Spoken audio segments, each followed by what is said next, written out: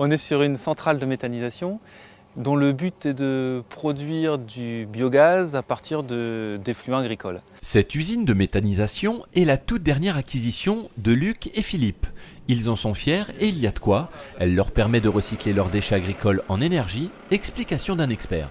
Les déchets sont intégrés dans cette cuve mélangeuse. La cuve chauffe, broie la matière qui est acheminée dans le digesteur via les 3 tuyaux qu'on peut distinguer. La matière, après une vingtaine de jours, va être sortie du digesteur. Elle est envoyée sur un séparateur qu'on devine dans le fond, donc on va sortir la matière sèche pour avoir le minimum de matière liquide à stocker. La matière liquide, elle va revenir dans cette grosse cuve. C'est dans ce réservoir, dans cette grande bulle, qui ne présente aucun risque, qu'on va puiser le gaz pour l'envoyer sur la cogénération.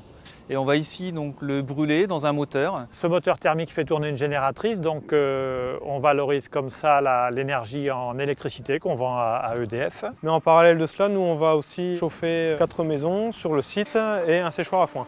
Voilà, ça permettra de valoriser la chaleur qui va être produite par le méthaniseur. Cette installation est financée à plus de 20% par l'ADEME et la région, des projets qui sont au cœur des 2e rencontres nationales du biogaz organisées par la région Midi-Pyrénées. 3 jours de débat et d'échanges pour structurer la filière du biogaz et aider les porteurs de projets. Ce qu'il faut maintenant, c'est simplifier les procédures.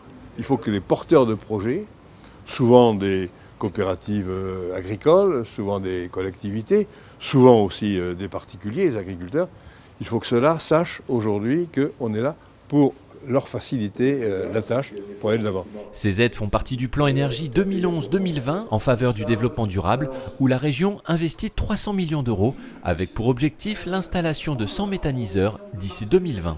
Je pense que ces ambitions, elles sont réalisables si on arrive à la fois à lever un certain nombre d'obstacles qu'on a bien vus, mais aussi surtout à trouver des équilibres économiques parce que si on veut qu'une filière soit durable, il ne faut pas simplement que ça soit une filière sous perfusion comme j'ai pu l'entendre, mais au contraire que l'on trouve les équilibres économiques de chacun des projets. Aujourd'hui, 27 méthaniseurs sont installés en Midi-Pyrénées et plus de 50 projets sont à l'étude. Des projets qui s'inscrivent dans le dispositif Biogaz Midi-Pyrénées pour lutter contre le réchauffement climatique. On n'a pas d'impact sur la production de CO2.